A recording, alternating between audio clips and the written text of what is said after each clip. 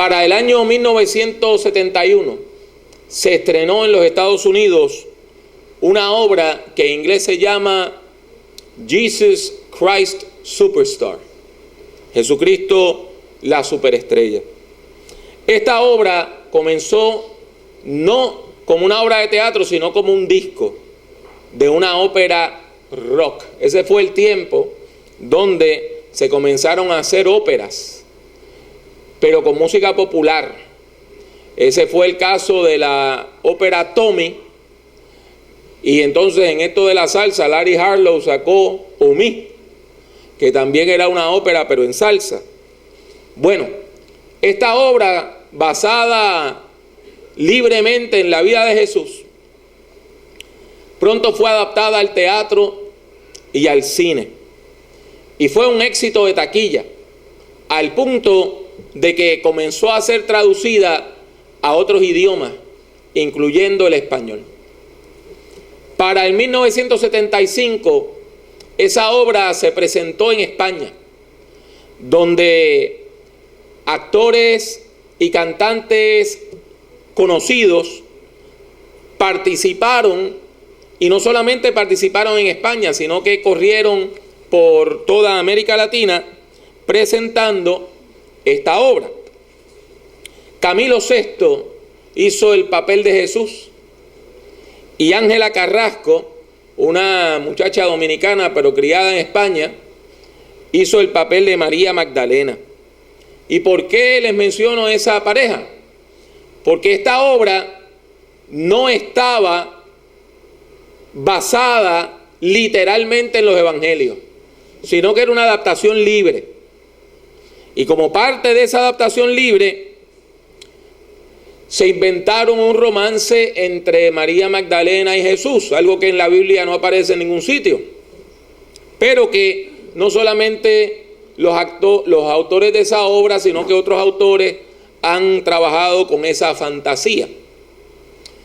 Para el 1975, yo era estudiante de escuela superior, y yo no era religioso, para nada que era religioso. Pero varias de mis amistades iban a la iglesia y se convirtieron en fanáticas de la obra. Aunque les parezca extraño, esta obra tuvo mucho alcance entre personas de fe, porque de alguna manera actualizaba la imagen de Jesús. Y a muchas personas eso les estuvo interesante. Yo les confieso que yo nunca le presté mucha atención ni a esa obra, ni a ninguna otra cosa religiosa hasta esa fecha. Ahora bien, con el tiempo yo comprendí que la primera vez que yo me pregunté quién era Jesús fue precisamente por el interés y la discusión que generó esa obra entre mi círculo de amistades. ¿Quién es Jesús? Yo me pregunté a mí mismo. Y como yo no tenía fe, era imposible para mí contestar que Jesús era Dios. Así que yo pensaba que Jesús era un hombre común y corriente. Bueno, ni tan común ni tan corriente. Pensé que era un hombre bueno, de estos hombres grandes, excepcionales, como Martin Luther King o Gandhi o Miguel Ángel o estos grandes hombres de la historia, pero que al final era un hombre más. Lo que siempre rechacé fue la idea de que Jesús era una celebridad más, porque esa era la premisa de la obra de Jesucristo Superestrella, que presentaba a Jesús como si fuera otro actor de Hollywood, como si fuera otro galán de novela, como si fuera otro rompecorazones por quienes las muchachas suspiran. Y eso a mí nunca me convenció. La otra imagen que tampoco me cuadró nunca es que para algunas personas Jesús era un hippie. Y yo sé que la mayor parte de ustedes nunca han visto uno, y no saben qué es eso. Porque usted tiene que tener 50 plus para recordar a los hippies. Pero en los años 60 en Estados Unidos se desarrolló toda una subcultura de muchachos que andaban con ropa de colores, psicodélica le decían, sandalias, no eran muy amigos del baño, pasaban mucho tiempo en las playas y fumaban marihuana y hablaban del amor libre. Aquí a principios de los 70 hubo un festival que se llamó el Festival Mar y Sol, que fue por aquí cerca en Vega Baja.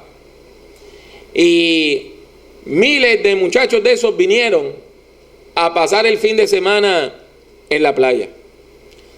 Y para muchas personas, esta obra presentaba a Jesucristo como un hippie. Y a mí eso tampoco me convenció. ¿Cómo es que Jesús va a ser un hippie 2000 años antes que los hippies? Eso no tenía sentido. También habían otras personas que interpretaban a Jesús a la luz de la política de la época. Era el tiempo de la Guerra Fría, era el tiempo de la lucha entre Estados Unidos y Rusia, era el tiempo de los misiles, y aquí en Puerto Rico en los años 60 hubo grandes protestas y problemas y disturbios en la universidad, y para algunas personas Jesús era un revolucionario, otro barbudo más a la Fidel Castro, que se oponía a las estructuras políticas del capitalismo y que predicaba un mensaje similar al marxismo de nuestra época.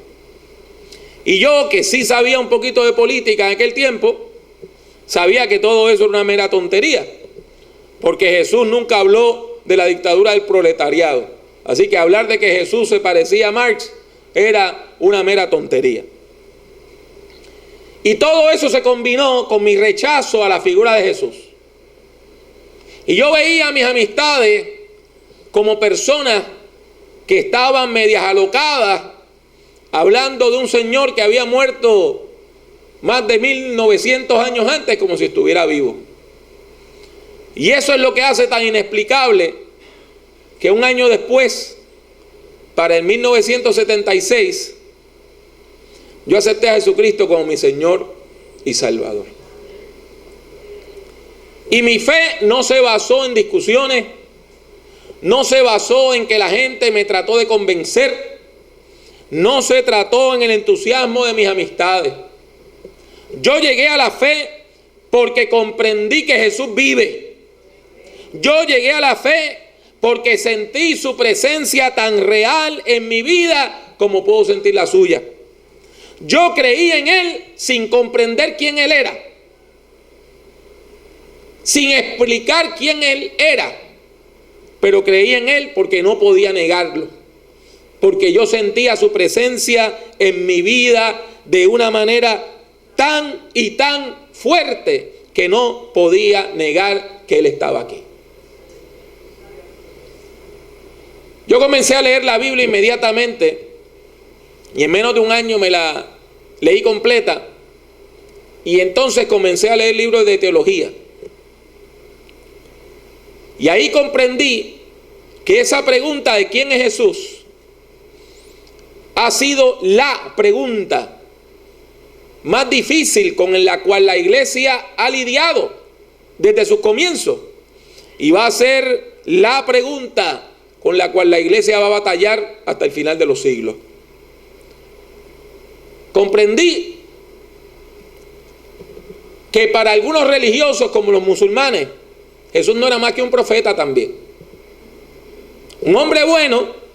Los musulmanes dicen que Jesús fue el más grande de los profetas, pero un profeta. No era el Hijo de Dios. También comprendí que otros grupos religiosos, como los Testigos de Jehová, veían a Jesús como un hombre divinizado. ¿Qué quiere decir eso?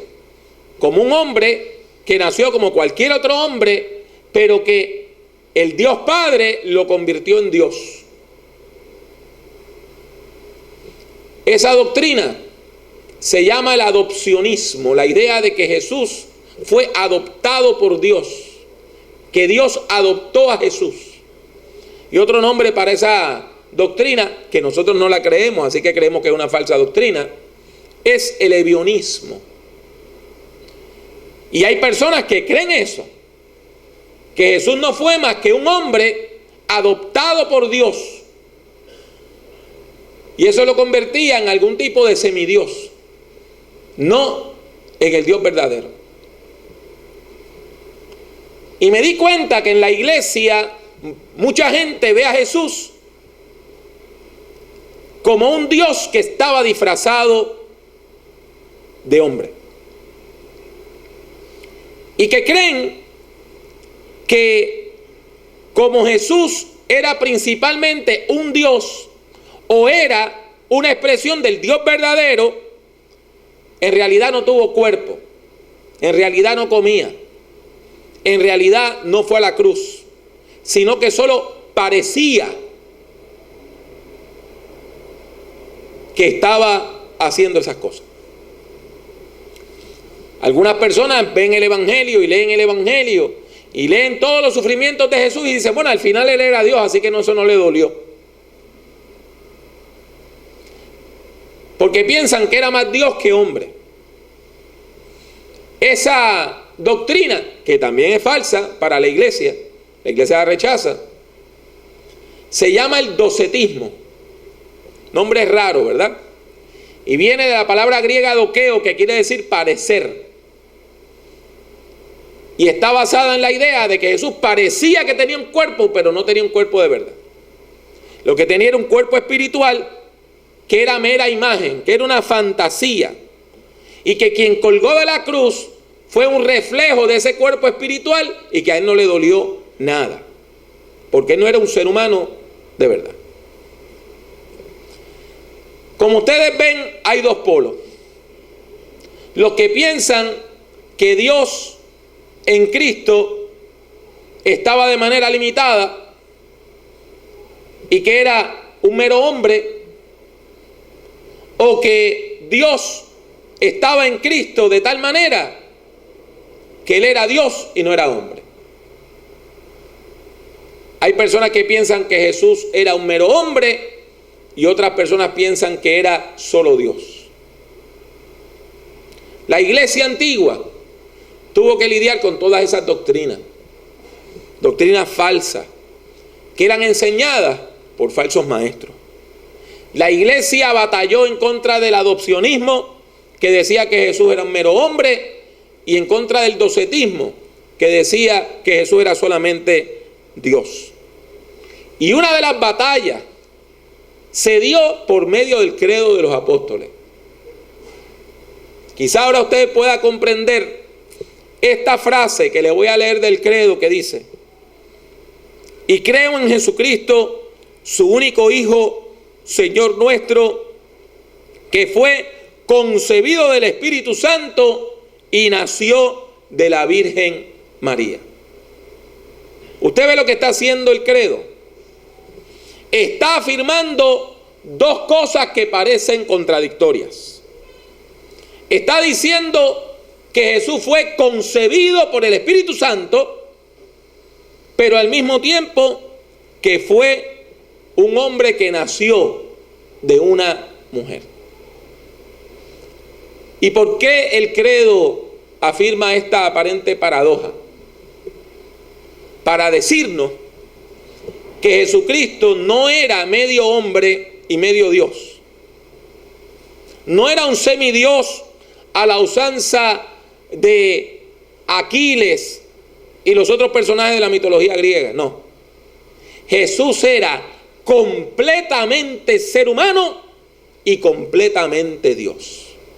100% hombre y 100% Dios. 100% Dios porque fue engendrado por el Espíritu Santo, y 100% hombre porque fue parido por una mujer. Esa verdad nos acompaña. Esa verdad nos acompaña. Y eso la Biblia lo recalca una y otra vez, que no hay en Jesús una naturaleza que sea más grande que la otra. Jesús es Dios y ser humano. Hay textos en los evangelios que nos hablan de esto. La epístola a los hebreos, si usted la quiere leer, que es dificilita, lo explica también. Pero no tenemos que ir tan allá. En el texto que leímos hace un ratito está claro. Y yo se lo voy a volver a leer. Mateo capítulo 1, versículos 18 al 25, nos afirma estas dos verdades. Que Jesús fue engendrado por el Espíritu y nacido de una mujer. Dice el texto: el nacimiento de Jesucristo fue así. Estando desposada María su madre con José, antes que se juntasen, se halló que había concebido del Espíritu Santo. José, su marido, que era justo y no quería infamarla, quiso dejarla secretamente. Y pensando él en esto, he aquí un ángel del Señor le apareció en sueños y le dijo: José, hijo de David, no temas recibir a María tu mujer, porque lo que en ella es engendrado del Espíritu Santo es. Y dará a luz un hijo, y llamarás su nombre Jesús, porque él salvará a todo su pueblo de sus pecados. Todo esto aconteció para que se cumpliese lo dicho por el profeta, cuando dijo: he aquí una virgen concebirá y dará a luz un hijo, y llamará su nombre Emmanuel, que traducido es Dios con nosotros. Y despertando José del sueño, hizo como el ángel del Señor le había mandado, y recibió a su mujer. Pero no la conoció hasta que dio a luz a su hijo primogénito, y le puso por nombre Jesús. El texto bíblico lo deja claro. Jesús es 100% Dios y es 100% ser humano. ¿Por qué?